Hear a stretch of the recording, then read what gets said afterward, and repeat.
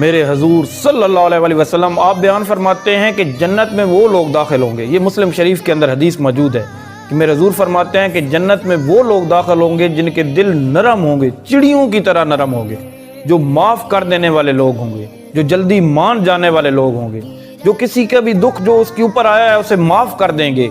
पर यहाँ तो लोग इस तरह के हैं कि वो कहते हैं कि अना की मौज मस्ती में अभी भी बादशाह है हम, जो हमको छोड़ देते हैं हम उनको तोड़ देते हैं।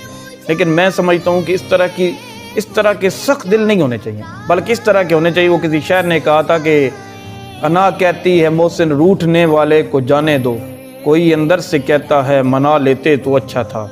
मैं समझता हूँ कि हमें मना लेना चाहिए, हमारे दिल नरम हो जाने चाहिए, किसी को तकलीफ़ ना दें, बल्कि हर बंदे को माफ़ कर देना चाहिए। मेरे हजूर ने फरमाया कि दिल चिड़ियों की तरह नरम हो, वो सीधा जन्नत में जाएंगे।